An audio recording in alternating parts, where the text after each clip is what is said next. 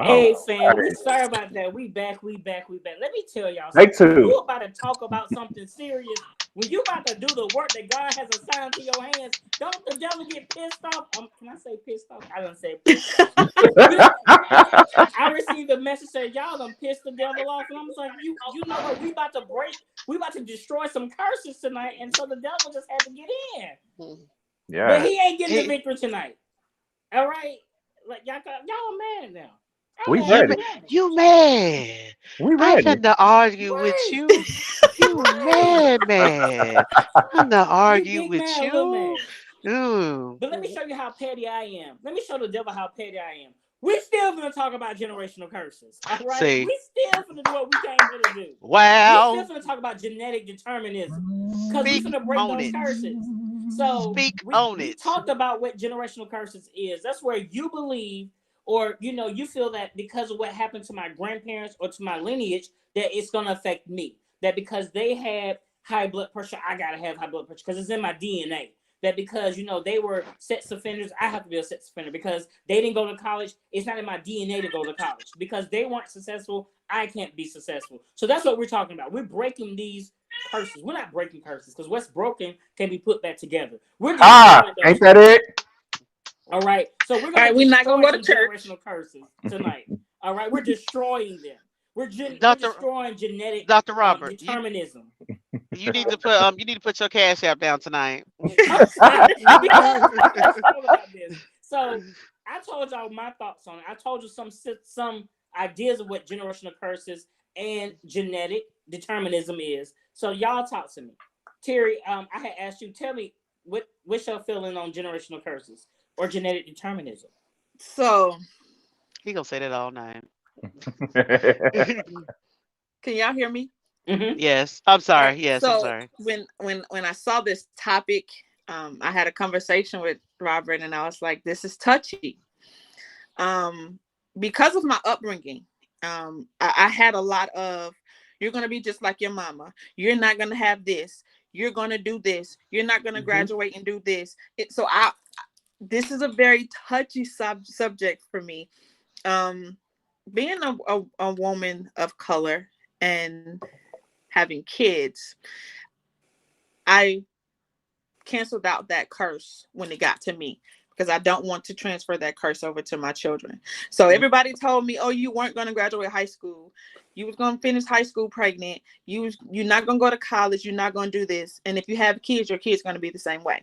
Well, I am here to say I did graduate high school. I graduated college valedictorian. I, you know, my kids are excelling very, very well. And I've broken. We said we're not gonna say broken, so I've destroyed that curse. So this is Mm-hmm. a very, very, very touchy subject to me. Very touchy I'm because getting of my chills. upbringing. I'm getting chills. Sorry, I'm getting chills because we're gonna continue. DJ, generational curses. I'm sorry for DJ, genetic determinism. Well, I mean, you already know I'm gonna approach it from a different lens, but as somebody that's also a licensed minister, it's hard not to, acknowledge the spiritual aspect of this topic. But also, then, when you first proposed it, I'm like, man, do we got the following to have this kind of a conversation? Because this is something that, we want to be broad and we want to make sure that it gets across. But ultimately, I think, you know, two important things come from this conversation, right? And back to me about systems and processes, and that's identifying factors and removing barriers. And that can come from both a natural lens and a spiritual lens. So that's pretty much where I'm gonna approach these things from on tonight, because I'm ready, I'm with it, and we already saw it's already starting. So let's do it. Yep. Mo. Oh, see, generational curses. I also think of it from all the way down to the current theory of post-traumatic slave dysphoria, where our lineage was used and abused going over 400 years, and that's been passed down from mother to child over these centuries. And with the certain things in order for us to survive with, that has to be broken or destroyed in your what you stated, in order for us to start really thriving as a community. Uh, the hurt that and the trauma that has happened to us as a community, people really don't understand the levels to it and how that even affects us today. So I'm with it. And let's do it. Let's talk about it. Let's go. So the first thing I want to talk about, so because again, religious background, but I'm gonna break these out to you. So there's 6 generational curses that we typically talk about. I'm only going to use 4 because 4 of them I believe can be secular as well as spiritual. The other 2 are strictly spiritual. All right, and then one is the curse of the law. That's just basic disobedience. Your daddy was a thug and a drug dealer, you gonna be a thug and a drug dealer. Your mama was a hoe, you gonna be a hoe. It's kind of that's been put in your mind. So when I was in psychology, my psychology professor proposed this question. Well, this story. He says 2 young men were raised by a single father. Okay. The single father was a drug addict and an alcoholic. The first son grew up to be a drug addict and an alcoholic. And the second son grew up never drunk, never did drugs. And when they asked the first son, why do you do drugs? Why do you drink? He said, well, I did what my daddy did. And the other son, they said, well, why did you never do drugs? Why did you never drink? He said, because I did what my daddy didn't do. So is that a generational curse or is it a decision? Because a lot of people like to say there's no such thing as a generational curse because you have a decision, right? Terry, if I could be devil's advocate, they would say, you made the choice to graduate high school. You made the choice to go to college. So was there a curse or was it just you made a choice? For me, it's both. Because if you're raised in a household that tells you and you constantly, so my brother is my hero. My baby brother is my hero. Even though I'm older than him, he's my hero. Why is he my hero? Because when we was growing up as kids, he was always told he was dumb. He was told he was stupid. He was told he would not be anything. All right. And my brother, I know now that how that got into the fiber of his being, because how would you like to be? I'm going to cry. How would you feel if you're constantly being told down in everything that you do? But he graduated high school, went on to the Marine Corps, he did several tours, came back, went to college, graduated from college, has a family. You see what I'm saying? So that curse that was cast upon him was destroyed because he had people who told him, you're bigger than that. You're better than that. I was told that I would not be anything because my mama wasn't nothing. My daddy wasn't nothing. My 6th grade teacher, Dr. Latanya Brown, shout out to her, said, you will not be a victim of your circumstance. And she began to instill in me that I can be greater. I had an older sister who rolled my back to the ends of earth. I thought she was the meanest thing created, but she wanted me to be better than my situation. So for me, the curse had to be destroyed with me because I have a niece and I have a nephew, and I did not want them to think that they had to be something because of what somebody else has said. Our community, we tear down the African-American males so quickly. Nothing against my African-American ladies. But as a Black man, we're constantly told you're a drug dealer. If you walk a certain way, you're not man enough. You're not masculine enough. If you want to be a man, you have to walk like this, and you have to talk like this, and you have to act like this. And we're beat down as young men at a young age to be certain things that we are not. I was told that if I didn't play contact football, it was gay. You name it, it was gay. Band, gay. Track, gay. Kickball, gay. Tennis, gay. Everything was gay unless it was contact football because that was a man's sport. Which ironically, they're touching each other. So, but that's supposed to be the man's sport. Even baseball, that's gay. That's for weak people because I guess men play football, contact football. And these are things that are told to our young people, and it makes them disobedient. Y'all talk to me. Lord have mercy. Jackie Robinson broke the color barrier in vain. If now it's gay to be a baseball player. But I mean, let's be real about it. That's what would you say if your son came and you said, you know, hey, I want to be a ballerina. I want to be a dancer. Okay.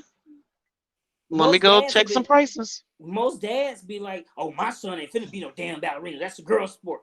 Can I curse? I just curse. I'm sorry.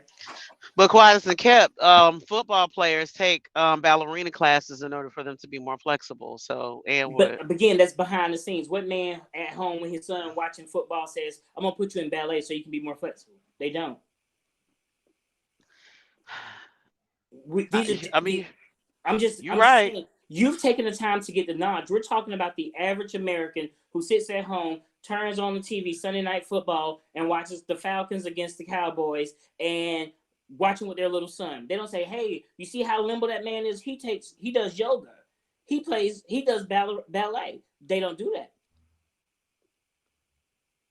And not to mention that sport is so severely physical that you have people that are coming out with well, majority of them are coming out with brain damage. I mean, And and on the so, flip side, let's go to my females. You have a young lady who comes and say, "Mom, I want to play football," and the first thing it is, "Oh, you're gay. Women don't do that. Women sew. Women cook. Women do ballet." These are curses that are passed down that I want us to get out the mindset of, guilty. because who says that? I'm a phenomenal cook. I love to cook. My grandmother taught me how to cook. I love to freaking cook, but that's a woman's job. Talk to me, y'all looking at me. I'm feeling nervous. I feel like I'm talking crazy. No, you're not talking crazy. It's just going back to gender norms, and it's like, you know what? People need to get over themselves in the year of our Lord and Savior 2021, because people people are doing it, anything and everything. We're doing what we got to do in order to thrive. So as long as you're not harming anybody else, I don't care. And people shouldn't care. If your child wants to come back and be an Allen Avery dancer, good for you, boo boo. What classes we need to put you in? We need to and that's going back into toxic masculinity, which that is a bad generational curse that's within our community as well as the greater society. DJ, talk to me because you're my Albert Einstein over there. So talk to me. The I'm Lord. no, well, thank you, but no. No, I'm thinking about, because you kind of flipped the script on us a little bit, so I got to recoup some thoughts. But um, Mhm. what you spoke about specifically are word curses, right? So that's a particular instance of that. I don't know if I necessarily agree with the fact that it is generational. I see how it is impactful, right, and how it can affect those things. But that's a specific word curse that you're talking about, and that's internalized. However, on the flip side, right, you also are talking about free will. And that goes back to what the context is originally of that entire curse of the law, right? It's about how we make decisions as people and are unable to attain the aspects of the law because it's so rigid and so strenuous that nobody could attain them, right? But ultimately, what it boils down to is choices. And the fact that we have free will to make or determine choices, i.e., even with, making a choice or determining to choose different outside of your situation. So that's all I got right now because I got to recollect some stuff. My bad. Terry, talk to me because you got a beautiful young man over there that's gonna grow up to be a mighty king. So talk to me.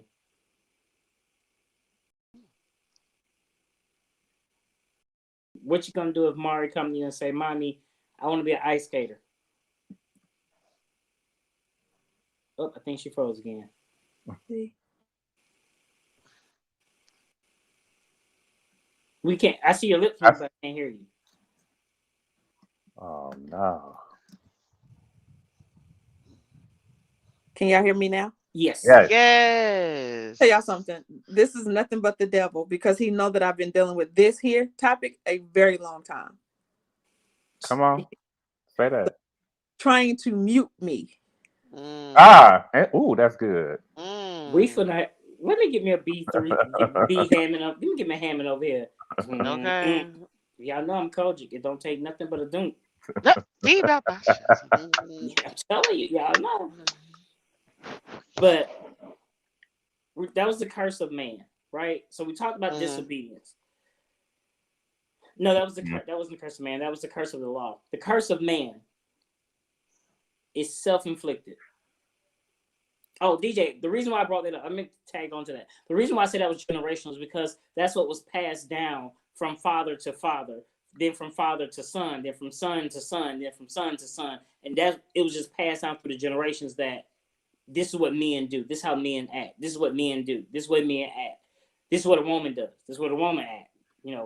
I'm not negating what you said. I just what I am saying though is in that particular instance though, that particular example is a particular word curse that was passed down. And that's a whole nother set of conversations, right? About, your gateways, the gateways of your eyes, the gateways of your ears, what comes out of your mouth, what's internalized. But that's a whole other set of conversations. We got two conversations that came out of the first quarter of this conversation. See. Self-inflicted curses. This where you just gonna inflict upon yourself because of what you've been through. And you can't see the strength in what you've been through. Because some of the things Mo has been through, people die in. Some of the things DJ has been through, people just commit suicide from. Some of the things Terry has been through, people just throw their hands up and quit. So what do you do? How do you overcome self-inflicted curses? When you feel you're not good enough. I can't talk about this because then I will be crying. Just speaking from personal experience, because I deal with imposter syndrome on a regular basis. I am coming upon since re-entering my career, which is being a truck driver. I'm coming upon 3 years again. Well, I'm coming upon 3 years, and I'm still having those doubts of, should I really be doing this? Like, I'm not good enough. Am I good enough to be doing this? Or even with other aspects of my life, even within my own, being a minister, I've had those moments of, am I the right fit for this? Should I be doing this? I mean, I know I can talk real good, but am I really appointed to do this type of work? Am I qualified to do this type of work? And then I remember, well, Moses was a stutterer, and he was able to free his people from the Pharaoh. So with God's help. So and then I remember that scripture, all things are possible through Christ that strengthens me. So I mean, you have to go back to your own higher power, not because obviously not everyone believes in the Christian faith or is a Christian by definition.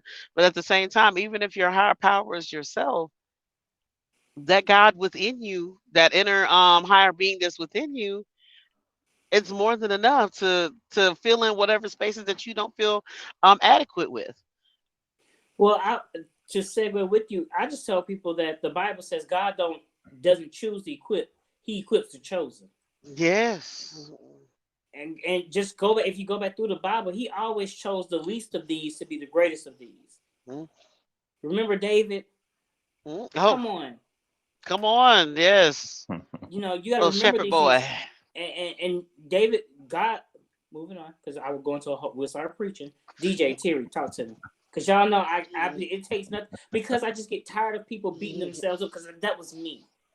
I can't tell you how many times I went to school and I was like, I am never gonna finish this degree. Who do I think I am that I can do this?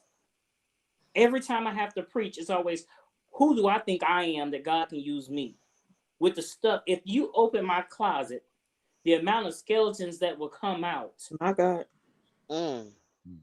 Okay. Glory. And so why me, God? Why choose me? But this is what I was trained to think, that you're nobody. Why should you be rich? Why should you be successful? Why should you be anointed? Why should you be appointed? Why should you be above and not beneath? Why should you be the head and not the tail? Why should you be the lender and not the borrower? Why should you be called and not destroyed? So that's why should you live and not die? That's where I'm always going to. But people have to realize that you have to get down on your knees and get into yourself and tell Glory. yourself that I can, I will, and I shall. You have to take can't and not out of the picture. I'm sorry. I'm sorry. DJ talk. DJ talk. As I told y'all, DJ talk. Whew, Jesus. I mean, you know, ultimately, Glory. Hallelujah. Thank you, Lord. I don't know if I'm gonna be able to get through this week. Goodness. Because it's one of them things. Yeah.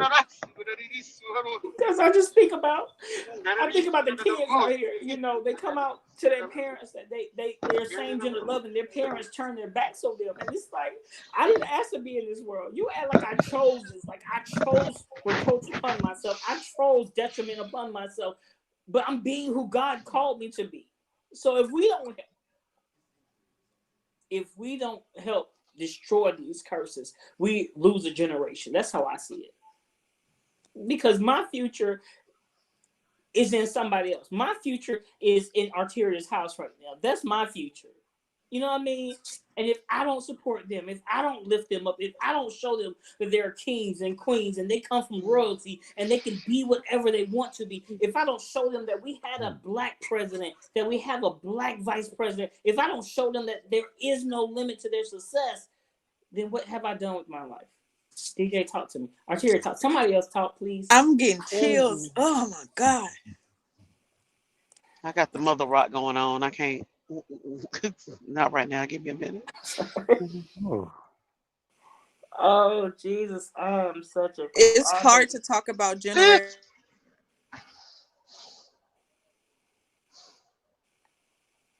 Go ahead, Terry. It's hard to what, baby? It's hard to talk about generational curses and not get spiritual with it. It's hard.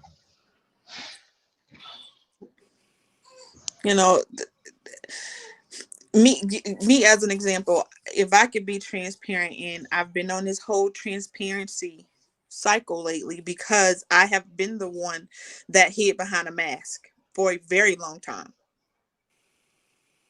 That was me.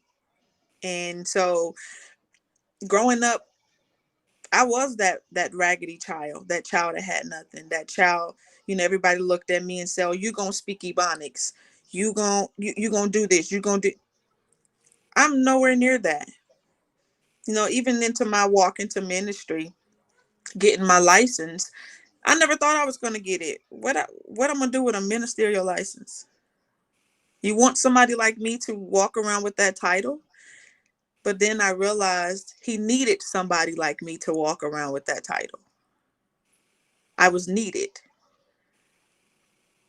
So, you know, go ahead, because I'm about to go ahead. DJ, you gotta talk. DJ, bring us back home, please. Bring us back down to earth, DJ. Come on. No, I can't. like I can't, and I can't because, you know, even as I'm sitting here trying to collect my thoughts, I think about my own experiences, right? And I think about my own insecurities, and I think about, you know, like how you take some things or work with it, or even like thinking about how some things I haven't done or some things I have done. I think about, you know, like how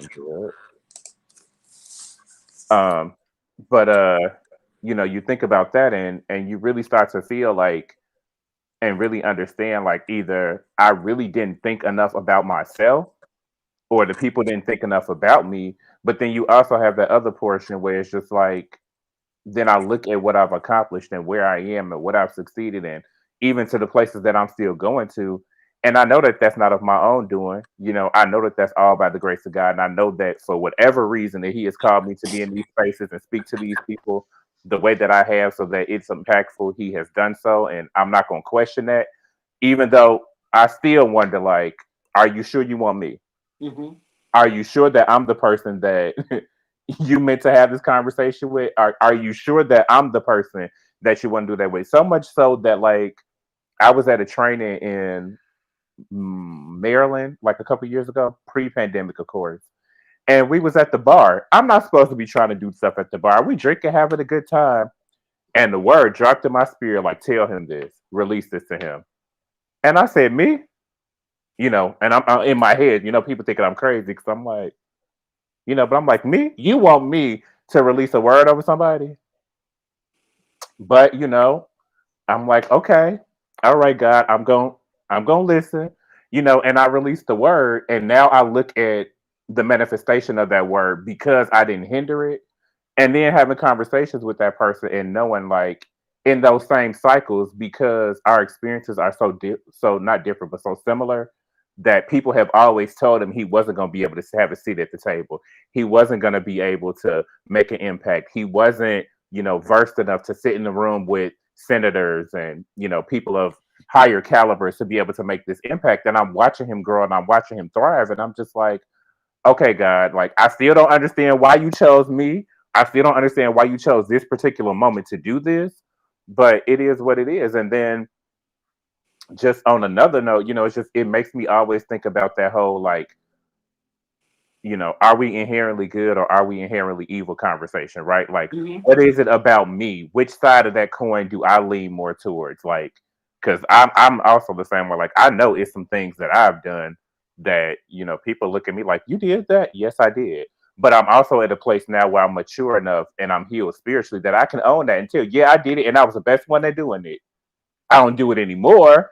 But when I did it, I was the best at top of the game at doing it. But that also comes with, being healed and having a space of being able to own and confront and own up to those things so that I can help somebody else learn from my experience in some way. Yeah. Ooh, I don't know. I feel Okay. like I feel like we just need the benediction. Lord have mercy. So the second thing, Oh. the second generational curse we tend to fall upon is what the Bible calls the curse of the idol worship, where you're longing for something more than God. For me, what I see is we're taught to chase the dollar. We're taught to chase the dollar. That you get this job, but if this job offer you more money, you jump over here and take this job. And if this job offer you 50 cents more, you chase the dollar. And something I've learned in my life, in the beginning, I chased the dollar. I'm not gonna lie, I did. Yeah, I mean, and I put in the work. I remember days I was doing 15 to 18 hours a day, 6 days a week, because they only gave you one day off because people want their crab legs, and you're working your self to death, literally. But then you realize that if I take a little less money, I get a quality of life and I can be happy. But I feel like some of those curses come from who we give people to idolize. People don't want to be like Miss Mary Lou down the street, got a 4-bedroom house, 2 cars. They want to be like Meg Thee Stallion. They want to be like Rihanna, got a house in Beverly Hills renting for $80,000 a month. Well, I got you one better. What about idols that's not people, right? So, like, even technology. Technology was created to serve our lives and make us better, but now we're the masters to technology. We can't do nothing without our phones. We can't do anything without the internet. We can't do anything without, text messages. And then, have you ever been that person where you lost or misplaced your phone? Oh. And now you don't know how you're going to talk to somebody or what you missed or what's going on or what all of those things are. And our entire lives are attached to something that absolutely was not invented initially anyway for that purpose, but it dictates every move of our lives. It does. Yeah. Yeah, I mean, wholeheartedly, every aspect of my life, including my current career. If I've lost my phone somewhere, I'm stuck. And I don't even want to put that in the atmosphere, saying it out loud. That's how much like anxiety I started feeling just the thought of it. Ooh. Like, truth be told, I go to work every day, and I use my navigation to get to work every day. I know how to get there if need be, but you want to get there the quickest route. And I can honestly say 3 or 4 times out the week, I go a different route. And I agree with you. But we were taught to lean on other things versus than to lead on our own understanding. Rephrase. Well, no, not necessarily. I mean, I think Yeah, but it also said not to serve two masters either. that part, but also I think it's the part where you know then we also idolize ourselves, right? And we put Mm-hmm. ourselves in a God in place because I had Absolutely. this idea to create this thing. I had this idea to birth this thing, and now whenever you see something, you need to credit me for those things. That's the same thing as worship. Every time that you come into a spot and somebody is talking about and they're giving you praise and they're highlighting for what you did, that's worship. That's what we give to God. That's what the angels give to God. I'm with you, boss man. But I mean, I don't know. I just, and I use that example because even to do this that we're doing, we couldn't do this without technology. Nope. True. Because we all are in different places. Yes, we are. Yes, we are. Mm. Well, the last one that I want to bring up before we go into some of the different curse examples is the curse of the seed of harvest. That's where you reap what you sow. You heard that. We've all heard that at some point in life. You reap what you sow. And a lot of times they say you reap what somebody else sowed. Because I know I've said plenty of times, I'm here because my grandmama prayed for me. Somebody else is praying for me. That's why I'm here. Because I can tell you, I should have, could have, would have been dead 3 or 4 times. And there's been situations that should have taken me out at least 2 for sure times in my life. When I was in the hospital and the doctors told them to make the arrangements. When I was in a car accident and the police was shocked that I'm standing on the side of the road talking about how I'm going to fix my car. So we have to get past what you reap is what you sow. So if you sow a seed of discord, you're going to get discord. I believe in the law of attraction. What you put out there comes back to you.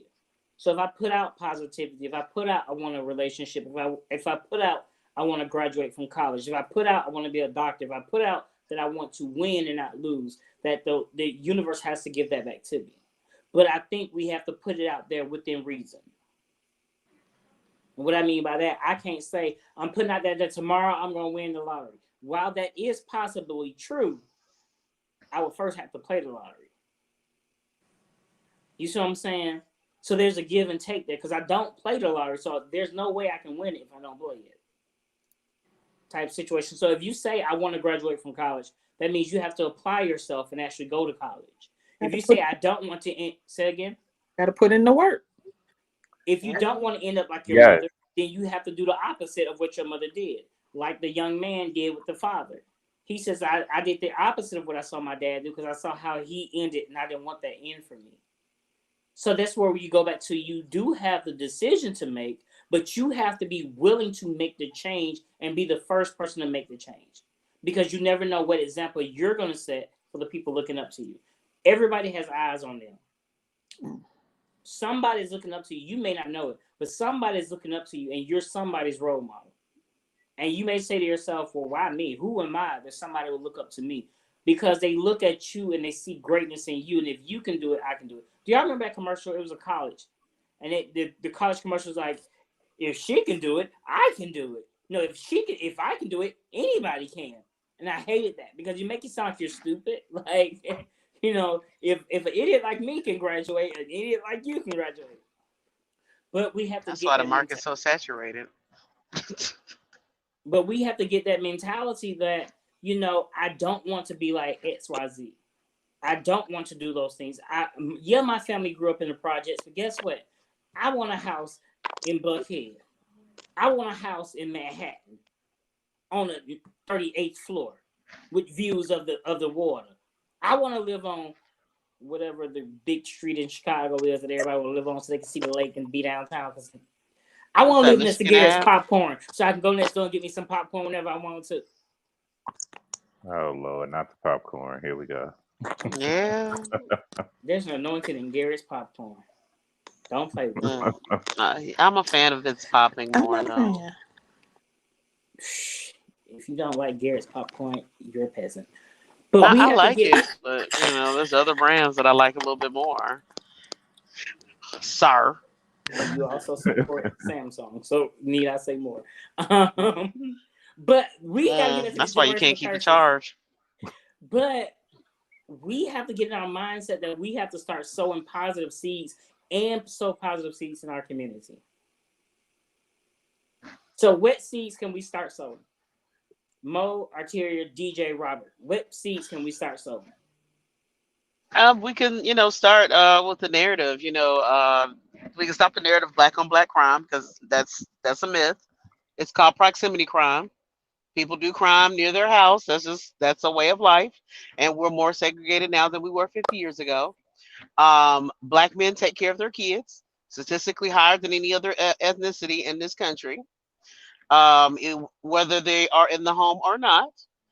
Also, black women are the fastest growing segment as far as college degrees and entrepreneurship. So we have a generation of men and women that are not lazy and they're willing to do hard work, and they're dedicated to uh, thriving in their lives, not thriving for the man, so to speak. So, and I'm okay with that. I love these kids that are coming up. And I think So if we focus on those good things, I think that will continue to enhance our community.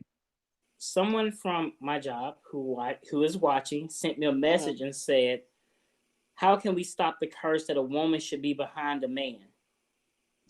That's one. And she said, Ooh. "Kids should be seen and not heard. How can we motivate them if we just beat them into silence?" Because people get the scripture messed up. They always talk about the one half, like parents. I'm sorry, children should honor their father and mother. But the second part of that scripture is parents don't instigate your child, or not instigate, but there's a different word, but I'm paraphrasing. And the people need to understand that with the Bible, it's about duality in relationship. So if when you're doing right by someone, that person should be doing right by you as well. So even with the part about submission, a man also should submit to a woman as well. Because it's a relationship. That's where the phrase equally yoked, comes in. Like you can't just submit under someone and not expect to also submit under them. I mean, to me, that has caused that misrepresentation of the Bible has caused a lot of divide in our community, and it really needs to stop. So Because Terry, as a married woman on here, can you fill us in on that submission to your man?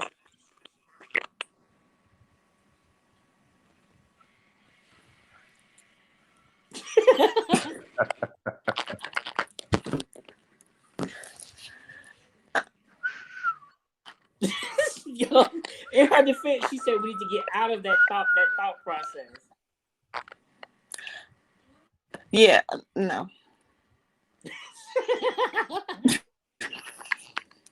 I think she said a lot in just like, yeah, no. And Terry, you also have kids. So Rikia said conscious parenting. So my grandmother raised me to speak your mind. Tell me the truth with respect. Because I got the hand a couple times. Y'all may not believe this, but I have a smart mouth from time to time. really, we had no idea. It's so hard to find good help. Um, That's why I'm your but friend. Terry, how do you feel about your girls? Can they just come to you and talk to you about any and everything? Free their mind.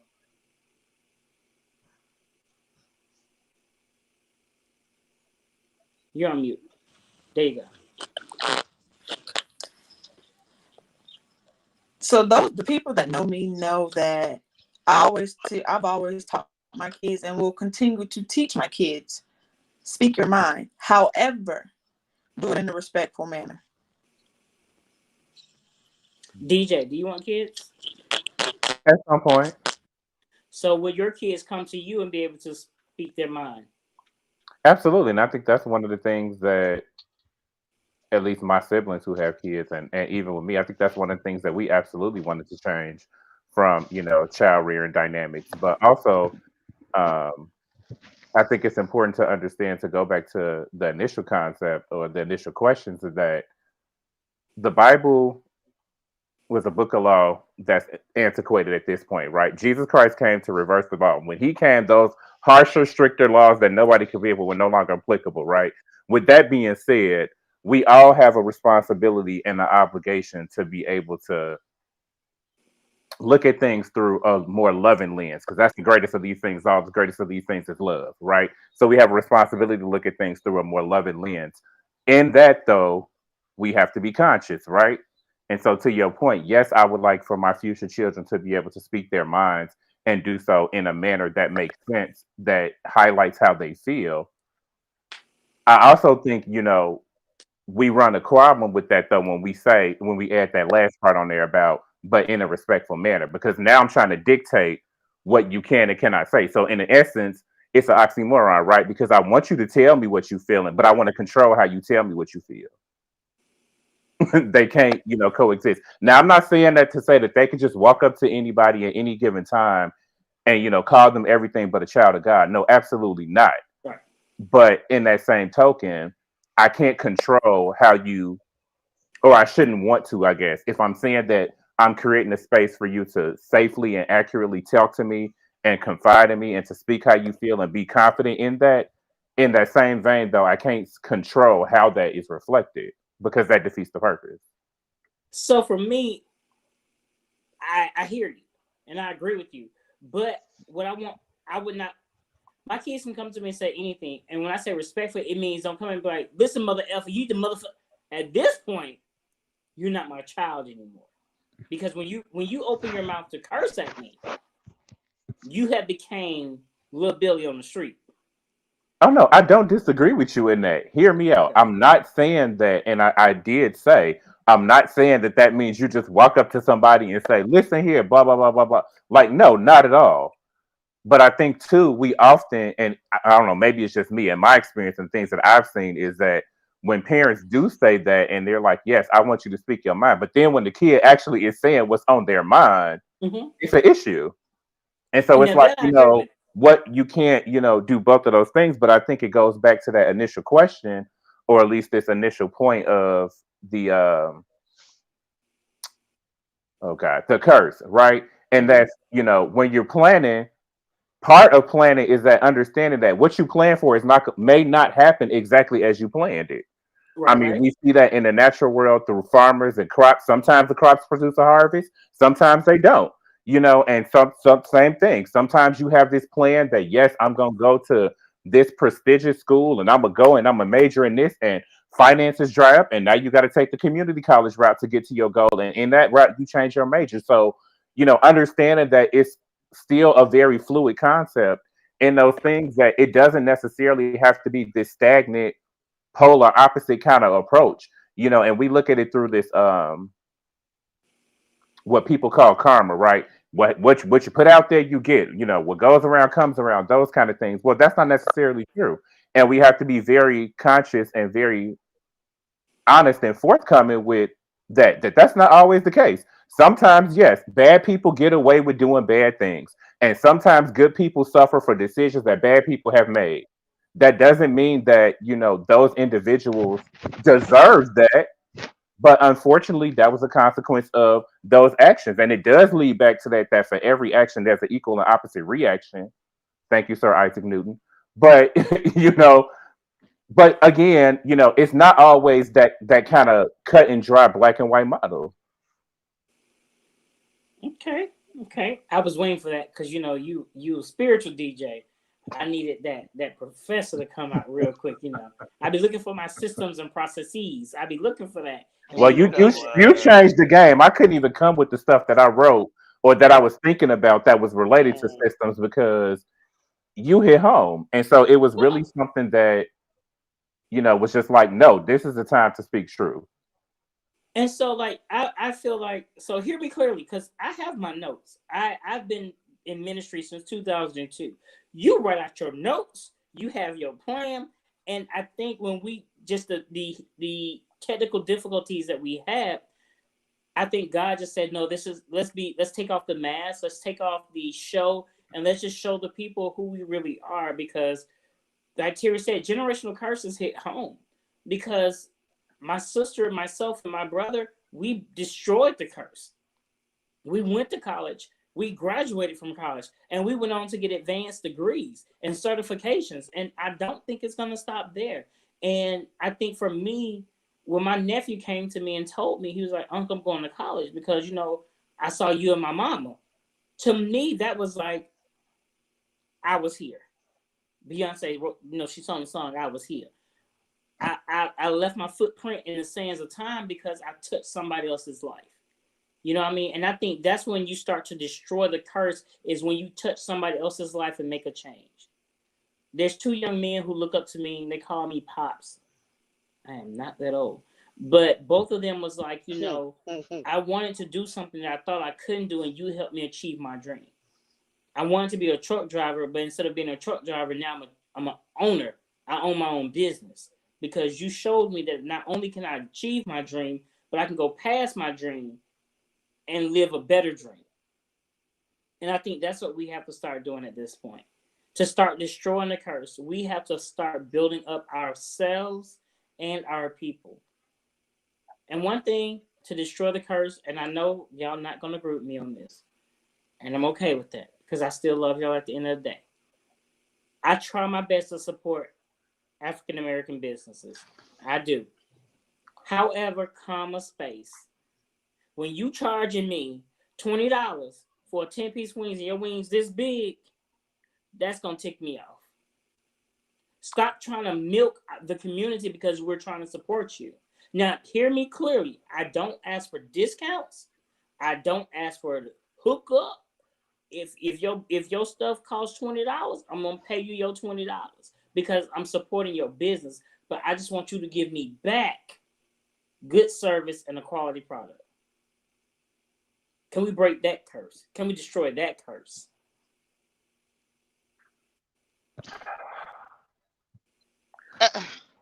Can we just say it's just a bad business?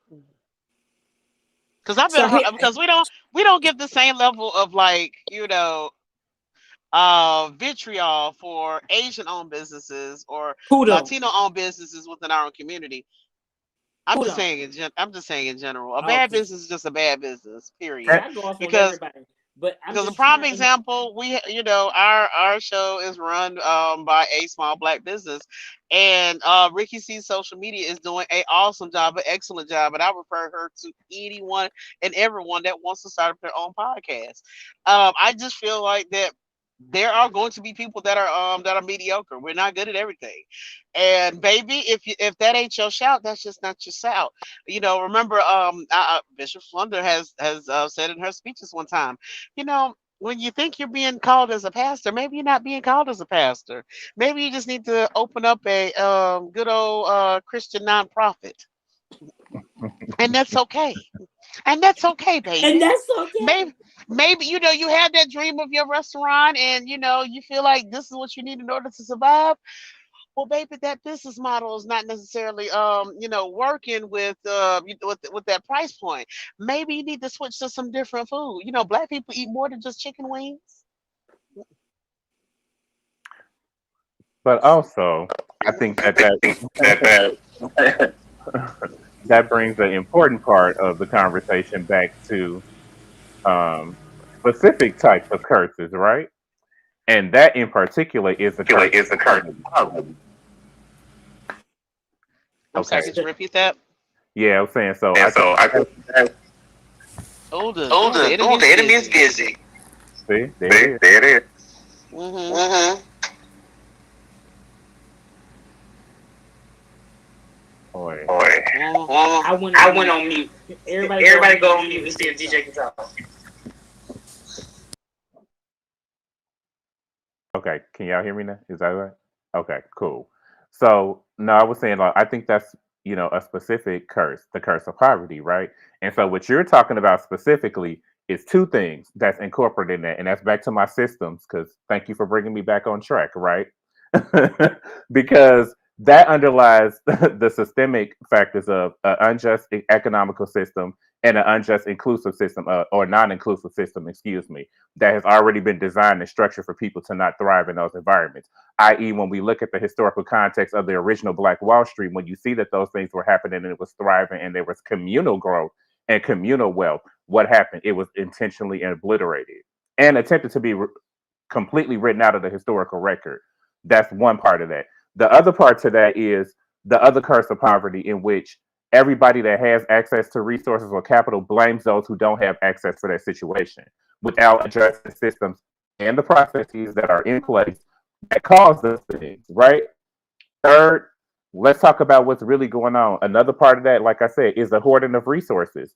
The reason that people in BIPOC communities and communities in color in general typically have to do those things is because, number one, there's already a more limited access to resources, i.e., if you notice all of those things, when you look at those neighborhoods, they're food deserts.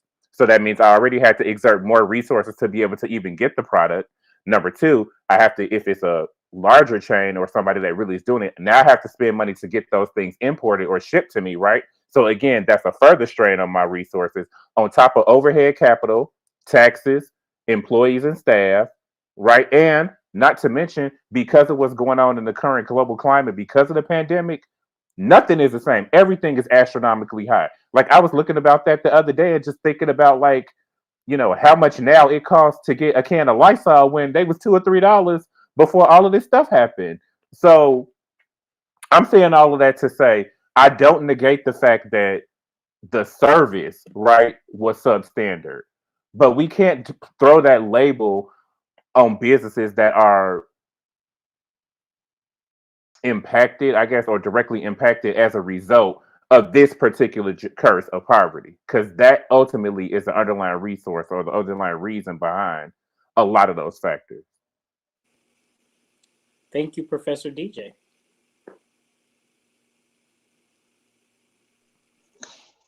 So we have about 4 more minutes. So some of the most prominent generational curses, as you said, was poverty. Can't speak today. Poverty, divorce. Some people say it's a generational curse because nobody in your family stayed married. Child abuse, sex abuse, domestic violence, alcoholism, drug addiction, adultery, perversion, depression, confusion, fear, indecision, panic attacks, mental illness, suicide, destructive behaviors and attitudes. Jesus Christ, that's a list. So to begin to destroy these curses, we have to stand up, acknowledge them, and begin to make moves. We can't just sit back on them and continue to. So that means the curse has to, like Terry said, that Arteria said, you have to destroy the curse and it has to be destroyed with you. And you have to be the change that you want to see. DJ, if you ever need a job, you have a job at Coke. I might just take you up on that. Well, I didn't say it. This conversation, can I just say thank y'all? I think this conversation was an eye opener. It started off rocky, but I think what we did was great. I think we broke through some curses of our own. We talked about some things. We became very vulnerable. We opened up and showed the world that we're human, that we feel, that I cry. I feel like we've brought a lot to the surface because we don't talk about these things in our households. So we started conversational pieces, and maybe a mother or a father out there would say, let me try something different with my child that wasn't done with me. My parents told me a child should be seen and not heard. So maybe I can listen to my child. I can open up and let my child have a voice and let my child tell me how they feel and make some changes, some modifications. Now, I'm not saying that if your child comes to you and say, Mom, I want a T-bone steak and a baked potato tonight, and you made oodles of noodles. I'm not saying that. Listen to them. That don't mean they're going to get a T-bone steak and some mashed potato and some baked potato. But listen to them. Be open to suggestions. Be open. Be flexible. Be willing to change with your kids. Cool beans? All right, guys. So we're going to get into our final thoughts. I want to shout out Ricky Z for real. She is phenomenal. When I say not just phenomenal for our podcast, she's phenomenal for any and everything. Because I'm one of those people who constantly want to do bigger and better. And anytime I contact her, I immediately get a response on it. I have it done to you. Give me 24 hours. I have it to you tomorrow. And anytime she gives me a deadline, she beats her deadlines. So if you want to start a podcast, if you want to do anything, you need some flyers done, you need some marketing done. If you need anything done, contact Ricky Z. I promise you, you find your money. She's like the Chick-fil-A of social media. It's her pleasure. How about that? You that's the best comparison I can give. She's the Chick-fil-A of social media. All right, we're gonna get into our final thoughts on this here good evening. Um Anybody want to take the final thoughts, Will? Anybody wants to go first? And you guys, you will get to meet Ricky. She will be coming onto the show soon and be one of our guest judges. I mean, our guest panelists. So she doesn't know that, but she just found out now. Welcome to the Church of God in Christ. But anybody wants to go with final thoughts? Okay, so Robert, how about you go first? Oh, sure, I'll go first. No problem. Thanks for no problem. My final thoughts. When it comes to generational curses, be the change you want to see. Let it end with you. Destroy it with you. Never say you're going to break a curse, because what's once broken can always be put back together. Destroy the curse. And when you destroy it to the point where it can't be put back together. You know how when you make scrambled eggs, how you break the yolk and you can never put that yolk back together? You can never separate that yolk and the egg white again. Destroy the curse like that, where it can never be put back together, never resurface. Be the change. And when you find yourself going through a rough patch, find somebody to be your rock. Mo brought up Moses earlier. What people don't realize is Moses didn't go through by himself. He had Aaron. So when Moses got tired, Aaron was there to hold him down. Aaron was there to have his back. So find you an Aaron to have your back. And anytime you feel like you want to give up, keep your head up. Stay in the fight.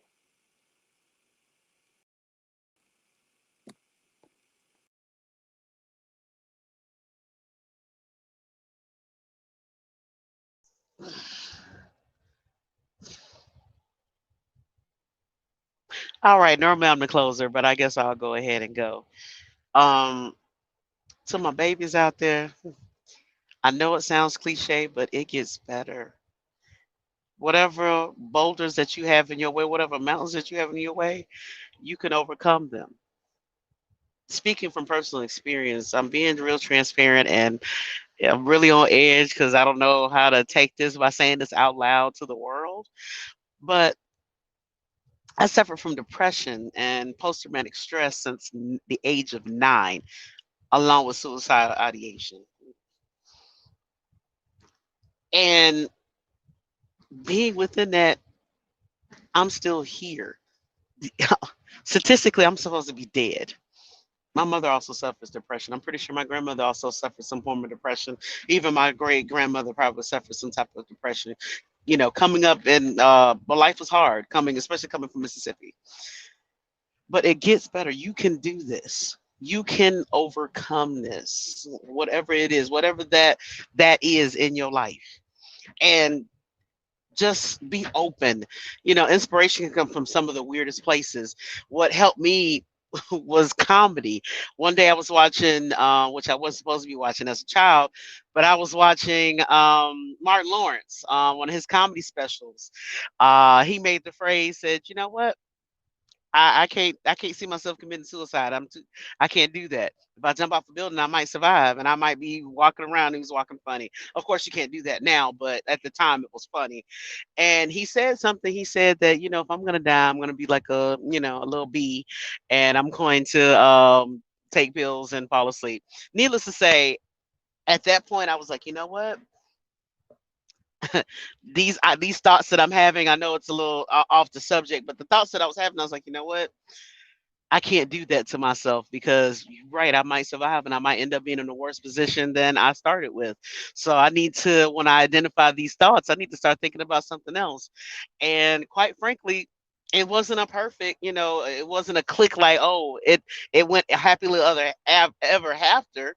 I mean, there's even some points even now where it might pop in my head, but I've conditioned myself and disciplined myself so much that I already immediately know that, you know what, that's attack of the enemy. Let me move that thought to the side and move forward with my life, because life is a gift regardless of what's going on in your life is a gift. I don't care if you're in somebody's top maximum security prison.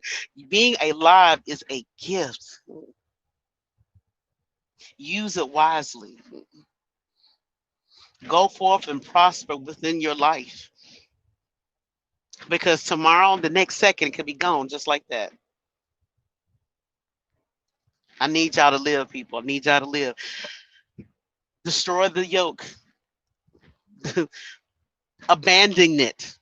Forget, just use your higher power to do what you have to do in life, to fulfill your purpose.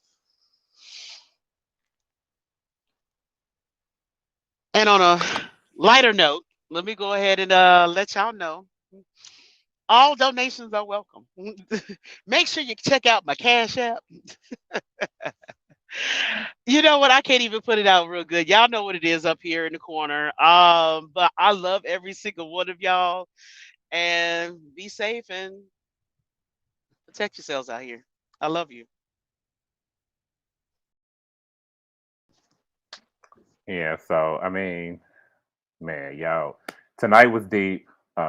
It definitely was deep. It was meant to be deep. We had to do this. Uh, so shout out for the full level of transparency. But I guess my closing thing is really simple. That light that's inside of you, that thing that makes you unique, that thing that makes you you is the thing that the world needs. And as somebody who grew up as the quirky kid that didn't quite fit in, that didn't know what my space really was, or how to navigate certain spaces, and not even understanding why certain things have happened to me the way that they've happened to me. I will say though that there is something about that uniqueness, and there is something about that light that the world needs, because there is something special in every one of those kids and every one of those people that brings a sense of hope, that brings a sense of love, and most importantly, that brings a sense of self, because that's ultimately it's an important aspect of that too. Um, but with all that being said, to go, try to tie it back to the topic, it starts with acknowledging that. It starts with acknowledging that there is something different about me, and whatever that thing is that makes me different, that can be the thing that takes me out of this cycle. That could be the thing that not only helps to take me out of that cycle, but those that I'm connected to out of that cycle. And as a result, then now we end up destroying this, because it's like what they said, or what's the movie now, was just to laugh and joke at it when she said it, impression. She's like, what she say? Each one do what? But it's like each one teach one, each one bring one, right? And so it really is a reality that it really does take one person. And I know people look at the world and they look at the numbers and like, but I'm one person. Is it really making a difference? It does. And I can honestly say that because of the work that I do every day with the populations that I work with every day, that me being that one person really is enough. And it really does enough. So I love you. Love yourself. Stay in there.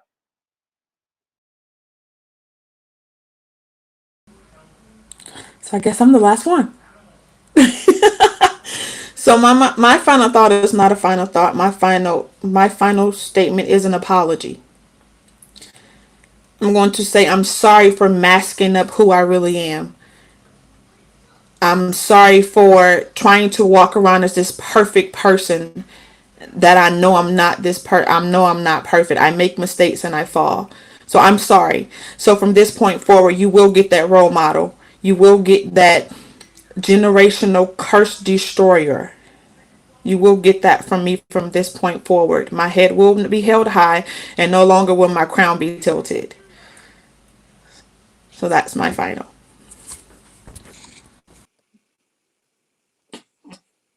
That was deep. So as we close out tonight, guys, thank you guys so much for toughing with us through the hardships, the technical difficulties. And Terry, I'm gonna pull on that. So if you see someone and their crown is a little tilted, fix their crown. Tell them to keep their head up, queen. Keep your head up, king, and know that you're greater. Let's destroy those curses. We all are now curse destroyers. God loves you, and so do we. All right, guys, we'll talk to you guys next week. Our topic next week is going to be phenomenal. Our topic next week is not what you think, but it's what you think. It's not what you think it is, but it's what you think it is that it is. Leave you with that. When you figure that out, be here to find out, because it's going to be good. so we'll see you guys next week. Love you guys. Be easy. We're out. Bye.